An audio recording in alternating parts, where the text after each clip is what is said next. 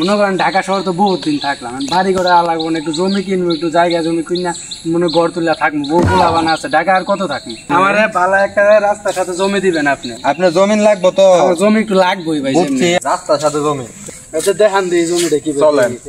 মনে করেন জমিন ভালো, রাস্তার সাথে জমি 10 লাখ টাকা হয়, তাহলে আপনি জমিটা নিয়ে নিতে পারেন। আমি আপনার ওই 8 লাখ টাকা দিব, জমিটা যদি আমার দেন আমি নিয়ে শুরু ভাই, আমি আর 50,000 টাকা দিয়ে দিয়ে আমার হ্যান্ড ক্যাশ টিয়া নাই।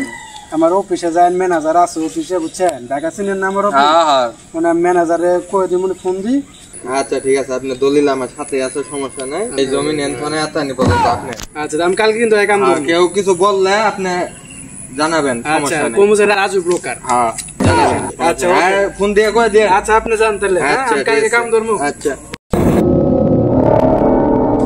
জমিটা অনেকদিন ধরে পড়ে আছে, যাই না দি জমিনের কি অবস্থা দেখে আসি। এই জমির বলো কে খুঁটি কাটে রে? এই আপনি কেডা? আপনি জমিনের খুঁটি কাটতেছেন কে? আরে শুনেন আমার কথা, দা কিনো মিস্ত্রি খুঁড়ি গেল লইনো, আমি তো মিস্ত্রি না।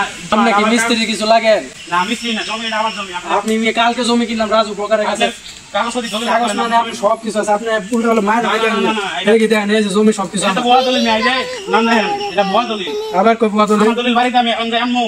আপনি কইলে বড় দলিল আমি 8 লাখ টাকা দিছি। বড় দলিল এটা কি আপনার নাম না? এটা না, এটা আমার নাম না, আরেকজনের নাম দিয়েছি। সর্বনাশ।